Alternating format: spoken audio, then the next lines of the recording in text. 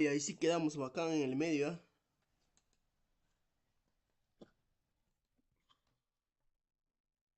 A ver, este video dice... A ver, vamos a ver este video.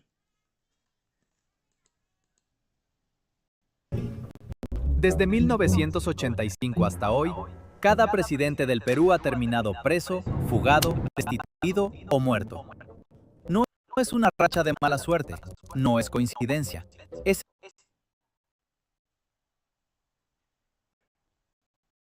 Vale, el internet está jodido, ¿ah?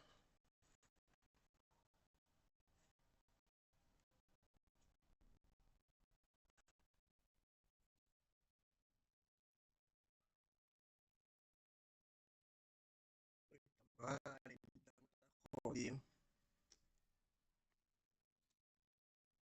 el mismo guión con distintos actores. Uno llegó prometiendo romper el sistema, otro llegó prometiendo ser el sistema, otro llegó prometiendo que él era diferente y, sin embargo, final. Este video no es una lista de villanos, es el registro. Buscar antes del 85, ¿quién era presidente? A ver. ¿Quién fue el presidente del Perú antes del 85, no?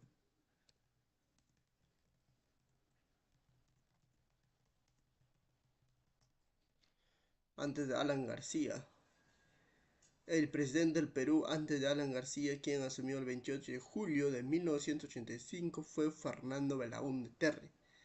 Evaluando Belaúnde gobernó constitucionalmente desde el 28 de julio de 1980 hasta el 28 de julio de 1985, marcando el retorno de la democracia tras 12 años de gobierno militar, ¿no? Chuchas. Ahora vamos a ver su foto ya. Este perra gato. Ah, no tiene foto. Esos tiempos no había ni foto. Este es el pendejo. A ver, vamos a De un ver. patrón que se repite con una precisión casi mecánica. Y cuando llegues al final, vas a tener que preguntarte algo incómodo. ¿El problema era la persona o la silla? Belaúnde Terry. En 1980, Fernando Belaúnde Terry regresó al poder con algo que muy pocos líderes tienen: una segunda oportunidad. 12 años antes lo habían sacado en un golpe militar. El pueblo lo quería de vuelta. El país acababa de recuperar la democracia. Era el momento perfecto para construir algo duradero. Y Belaúnde era literalmente arquitecto. Amaba los grandes proyectos, carreteras, viviendas, infraestructura. Hablaba de modernizar el Perú. Pero mientras él dibujaba planos, en las montañas de Ayacucho, algo empezaba a arder. Sendero Luminoso. Un grupo armado que en 1980 quemó. Oye, para que no echen la culpa a Fujimori. Fujimori creó el terrorismo. Mira, el terrorismo ya había comenzado en 1980, nomás por ahí, con Belaúnde Terry. Urnas electorales el mismo día que el Perú votaba por primera vez en años. Era una señal. Belaúnde la ignoró. Durante los primeros años de su gobierno el conflicto creció. Los ataques se multiplicaron. Las comunidades rurales quedaron atrapadas Anoten, muchachos, el terrorismo nació con Fernando Belaúnde. entre el ejército y Sendero. La respuesta de Belaúnde fue militarizar la zona y mirar hacia otro lado. En 1983, el propio Congreso comenzó a investigar masacres en Ayacucho. Los testimonios eran devastadores. Belaúnde dijo que eran exageraciones. Para cuando dejó el poder en 1985, el conflicto que él había ignorado ya había cobrado miles de vidas. Su legado no es el de un villano, es algo más difícil de procesar, el de un hombre que tuvo el poder de actuar, vio el incendio desde la ventana y siguió dibujando planes. Claro, pues o sea, este huevo se hubiera actuado temprano, viendo los rumores, ¿no? Como una célula que estaba creciendo, puta, que la atacaba, la acababa. Era era su, como quien dice, ¿no? Era su deber para acabar con esta huevada del terrorismo, ¿no? Lo que el Perú necesitaba era alguien que apagara el fuego. Lo que recibió fue a Alan García, que decidió prenderle más. Si hubiera un manual de cómo destruir un país en 5 Oye, años, Alan García el la primer cagada en mandato su de Alan gobierno, García sería el capítulo Oye, su primer gobierno, Alan García la cagada. 1. En 1985, García tenía 36 años. Era el presidente más joven de la historia del Perú. Tenía carisma, mayoría absoluta en el Congreso y el respaldo popular. Tenía todo. Y en su discurso inaugural prometió gobernar para los más pobres, controlar a la banca y poner al Perú por delante de la deuda externa. Fue su primer error. Oye, el partido político APRA duró como 20 años, ¿no? Murió el Alan, ahí se acabó, conchazo, mano. Viene tiempo, años hasta, ¿no? Decidió limitar el pago de la deuda al 10% de las exportaciones, chocando de frente con el FMI y con la comunidad financiera internacional. El Perú quedó aislado del crédito global. Las reservas se desplomaron. La inflación empezó a subir. Luego vino la nacionalización.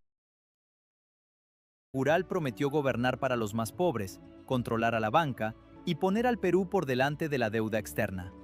Fue su primer error. Oye, el partido político APRA duró como 20 años, ¿no? Murió Nacionalización el de la Alan, ahí banca se en acabó, conchazo, mano. 1987. Viene tiempo, García lo años anunció en hasta, ¿no? cadena nacional como si Decidió fuera una limitar el pago victoria. de la deuda al 10% La reacción fue de las inmediata exportaciones, y devastadora. chocando de frente con Los el empresarios FMI se le fueron en y con la contra. Los inversores huyeron. Un escritor llamado Mario Vargas Llosa salió a la calle a oponerse, y ese momento marcó. Los empresarios se le fueron en contra. 87. García. Luego vino la nacionalización de la banca en 1980. Oye, mira, para todos los que creen en nacionalización, mira lo que pasó en este año, su puta madre. Mire, ¿qué ha pasado cuando entró Alan, cuando nacionalizó la banca? La Puta inflación madre. empezó a subir. Luego vino la nacionalización Ya, primero la inflación, de como la dice, banca en 1987. García lo anunció en cadena nacional como si fuera una victoria. La reacción fue inmediata y devastadora. Los empresarios se le fueron en contra. Ya ves, ya ves. Los inversores huyeron. Un escritor llamado Mario Vargas Llosa salió a la calle a oponerse, y ese momento marcaría el inicio de una nueva fuerza política de derecha en el Perú. Pero lo peor aún no había llegado. El 18 y 19 de junio de 1986, mientras la Internacional Socialista se reunía en Lima, mientras García recibía aplausos en el exterior, ocurrió algo que el gobierno intentó enterrar durante años. Los penales de El Frontón, Lurigancho y Santa Bárbara, donde había presos de Sendero Luminoso, se amotinaron simultáneamente. La respuesta del gobierno fue una operación militar. Más de 200 personas murieron. La mayoría, según las investigaciones posteriores, fueron ejecutadas después de rendirse. García dijo que había sido una acción necesaria para preservar el orden. Las imágenes que circularon en los días siguientes contaban otra historia. Para 1990, la inflación había llegado al 7.600%.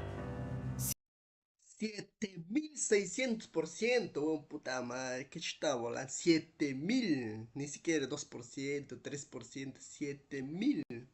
7.600%. Ah, chucha, estás volando en las nubes, o ni. Puta madre, ni Venezuela, weón, puta, 7600%. El país estaba Oye, ¿cómo nos asustamos cuando la inflación sube 1%? Se acabó, puta madre. técnicamente quebrado. García terminó su mandato y se fue al exilio. Dejó un país en ruinas, una guerra sin control y una economía destruida. Pero ojo, porque García no desaparece de esta historia. Vuelve. Y eso lo convierte en algo aún más fascinante y más perturbador que el resto. Primero, sin embargo, el Perú necesitaba a alguien que recogiera los escombros. Y apareció la persona menos esperada para hacerlo. Alberto Fujimori llegó a la presidencia en 1990 como el mayor improbable de la historia peruana. Ingeniero agrónomo, hijo de inmigrantes japoneses, sin partido real, sin estructura política, sin apellido de élite. Derrotó a Vargas Llosa, el candidato del establishment, con la fuerza de algo que el Perú no había visto en décadas, un outsider de verdad. El país que recibió era un campo de ruinas, hiperinflación, sendero luminoso, colapso institucional. Oye, pero lo bueno de ese tiempo, lo que quedaron fue dos candidatos de derecha, weón, Albert Fujimori y Mario Vargas Llosa, pues, puta, si hubiera un zurdo, tipo un Castillo, ¿qué chucho hubiera hecho? Puta, nos hubiera hecho llevar a la ruina peor, ¿no? Fujimori hizo exactamente lo contrario de lo que prometió durante la campaña. Aplicó un ajuste económico brutal, conocido como el Fujishock. Los precios del combustible subieron 3000% de un día para otro. Millones de peruanos lo sintieron en carne propia, pero la inflación empezó a bajar. Luego vino la captura de Abimael Guzmán, el líder de Sendero, en 1992. Una operación de inteligencia sin disparar un solo tiro. El país festejó. En ese momento, Fujimori era intocable. Pero 4 meses antes de esa captura, el 5 de abril de 1992, ocurrió algo que nadie esperaba. A las 10 de la noche, Fujimori apareció en televisión nacional y disolvió el Congreso. Lo llamó reorganización del Estado. La prensa internacional lo llamó autogolpe. Fujimori justificó la medida diciendo que el Congreso era un obstáculo para gobernar, que el sistema estaba corrompido. Pero es cierto, ¿no? O sea, ¿qué opinan ustedes? ¿Es cierto o no? Hasta ahora, para gobernar el Congreso que no deja, pero puta, se aumentan bonos, toda esa vaina. Que él necesitaba manos libres para salvar al país. Y lo más perturbador de todo, una gran parte del pueblo peruano lo apoyó, porque cuando alguien prometía orden en medio del caos, las preguntas sobre la democracia podían esperar.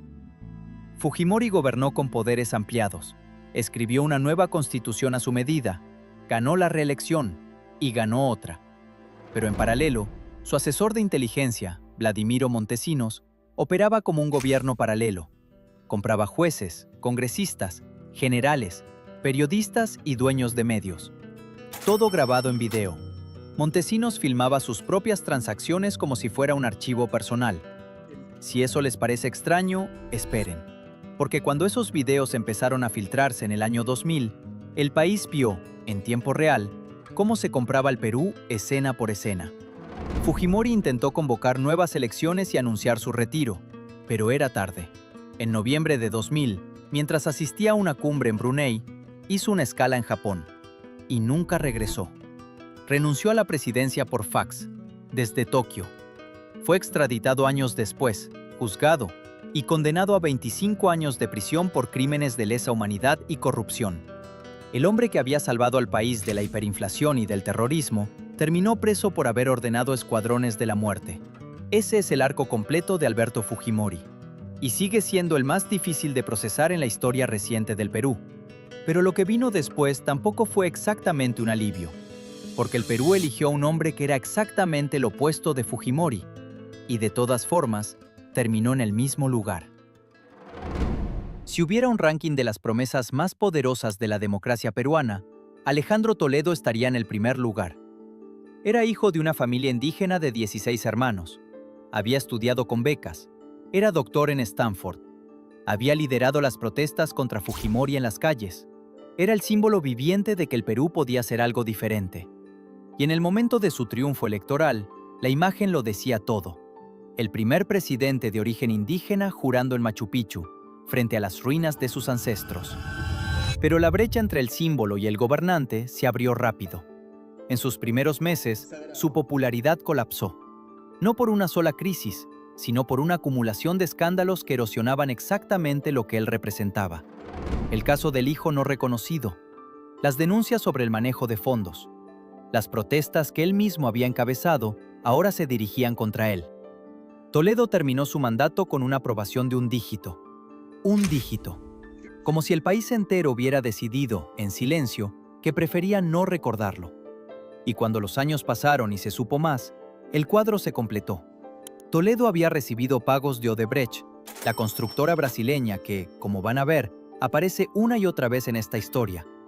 En 2023 fue extraditado desde Estados Unidos, donde había huido años antes. El hombre que fue símbolo de la esperanza democrática terminó siendo un eslabón más en la misma cadena. Y hablando de volver a aparecer en la misma cadena, ¿recuerdan a Alan García? ¿El que dejó el país con 7.600% de inflación? ¿El que se fue al exilio? Bueno, volvió. En 2006, Volvió conchazo, madre, en la cagada. 15 años después de irse entre la ruina y el escándalo, Alan García regresó a la presidencia del Perú. Y para muchos era incomprensible. ¿Cómo vuelve el hombre que dejó el país con 7.600% de inflación? Pero García era, sobre todo, un animal político extraordinario. Un orador capaz de convencer a las mismas personas que había hundido de que esta vez era distinto. Y en cierta medida, su segundo gobierno fue más estable. Las cifras macroeconómicas mejoraron. El precio de los minerales subió. El Perú crecía. Pero las tensiones ignoradas se acumulaban. El 5 de junio de 2009, en la Curva del Diablo, en el Amazonas, la policía intentó desbloquear una carretera tomada por comunidades indígenas que protestaban contra decretos que abrían sus territorios a concesiones extractivas. Lo que siguió fue una masacre. Decenas de muertos, policías e indígenas. García lo llamó un intento de golpe financiado desde el exterior. Dijo que los indígenas habían sido manipulados. Nunca reconoció que los decretos en cuestión habían sido promulgados sin consultar a las comunidades que habitaban esos territorios desde antes de que existiera el Estado peruano. Años después llegó Odebrecht. García también aparecía en los registros. El 17 de abril de 2019, cuando la policía llegó a su casa para detenerlo, Alan García se disparó en la cabeza. Murió horas después en el hospital. Oye, el tío Alan murió, conchazo, Tal. madre.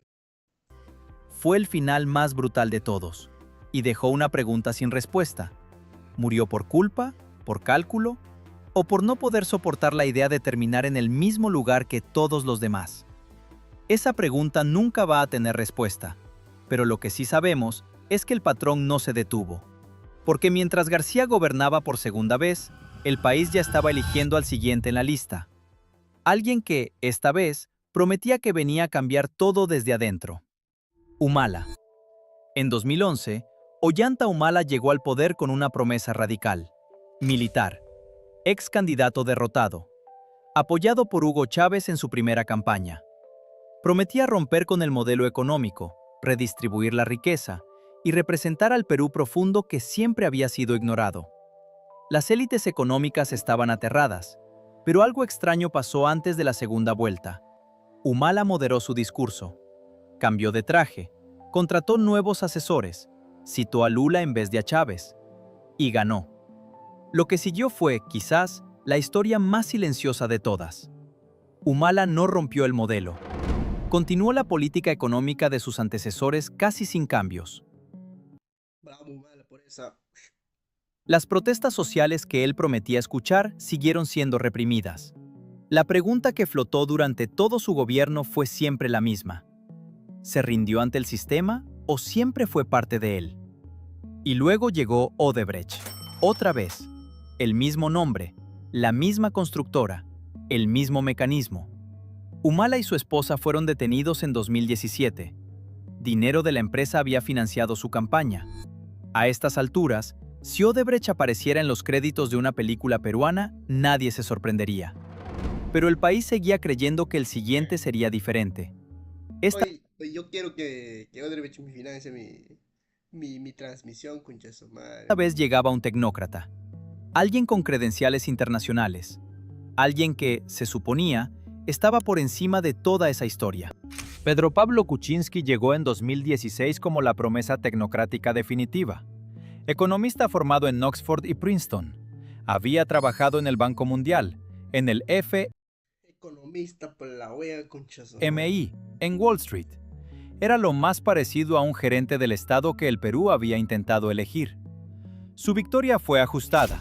Ganó en segunda vuelta contra Keiko Fujimori por menos de un punto porcentual. Desde el primer día, el Congreso, dominado por el Fujimorismo, lo sometió a una presión constante. En diciembre de 2017, el Congreso estaba a punto de destituirlo. Kuczynski necesitaba votos para sobrevivir, y entonces ocurrió algo que quedó grabado en la historia política del Perú. El gobierno negoció con Kenji Fujimori, el hijo del expresidente preso, los votos necesarios para frenar la destitución. A cambio, el indulto humanitario de Alberto Fujimori, quien cumplía condena por crímenes de lesa humanidad. El 24 de diciembre de 2017, en Nochebuena, Kuczynski anunció el indulto. La mitad del país que había votado por él, precisamente para evitar el retorno del fujimorismo, quedó en estado de shock. La otra mitad tampoco estaba feliz. Básicamente nadie estaba feliz. El indulto fue anulado judicialmente meses después, y los videos de la negociación, los Mamani videos, se filtraron. Puta madre, el congresista Mamani ya se murió ya. Mostraban a operadores del gobierno comprando votos congresales con obras públicas. Kuczynski renunció en marzo de 2018, antes de que lo pudieran destituir. El tecnócrata de Wall Street había terminado haciendo la transacción política más turbia de su era: entregar la libertad del hombre más condenado de la historia reciente para comprar su propia supervivencia. Y el que llegó para reemplazarlo venía, curiosamente, con el discurso más limpio de todos. Se llamaba Martín Vizcarra, y su promesa era simple: él venía a acabar con la corrupción. Martín Vizcarra llegó al poder en 2018 sin haber sido elegido para ser presidente. Era vicepresidente. Asumió cuando Kuczynski renunció. Y entonces hizo algo inesperado. Se convirtió en el presidente más popular del Perú en décadas. Disolvió el Congreso en 2019. Un Congreso que la mayoría de peruanos consideraba Oye, verdad, disolvió, tenía para que hacer muchas cosas, weón. Disolviendo, corrupto, con un respaldo ciudadano masivo. Impulsó una reforma política y judicial. Habló de transparencia. Se presentó como el hombre que iba a limpiar el Oye, pero este lagarto es el más corrupto de todos, ¿no? Conchazo, madre. sistema. Mientras tanto, en silencio, sus propios audios empezaban a filtrarse. Conversaciones grabadas que sugerían interferencia en investigaciones judiciales. Y luego llegó algo que nadie esperaba: el vacunazo. En plena pandemia de COVID-19, antes de que la vacuna llegara a la población general, altos funcionarios del gobierno, incluyendo al propio Vizcarra, se habían vacunado en secreto con dosis de prueba de Sinopharm. El Congreso lo destituyó en noviembre de 2020. Años después se confirmó que Odebrecht también había pagado coimas cuando Vizcarra era gobernador regional. El anticorrupción estaba en la lista de los corruptos. El mismo guión, otra vez. Aunque si creen que ya vieron todo lo que este guión puede ofrecer, esperen al último capítulo, porque el Perú todavía tenía reservada su historia más extraña. Pedro Castillo llegó a la presidencia en 2021 como el outsider más radical de todos.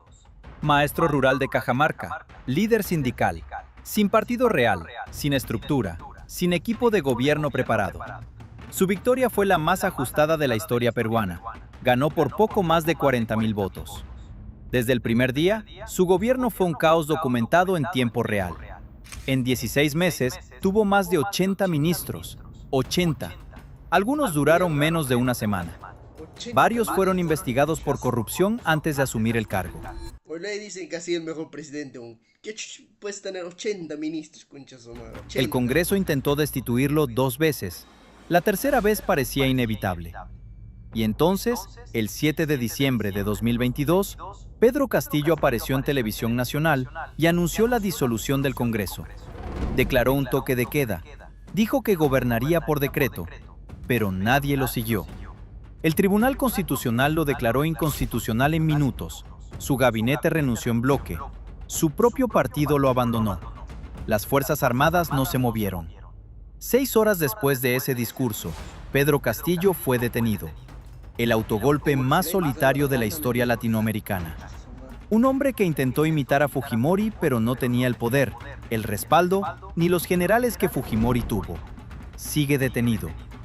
9 presidentes, 9 historias distintas, un solo patrón. Uno murió, varios fueron a la cárcel, varios huyeron, ninguno terminó en paz. Y lo más inquietante no es que todos cayeron.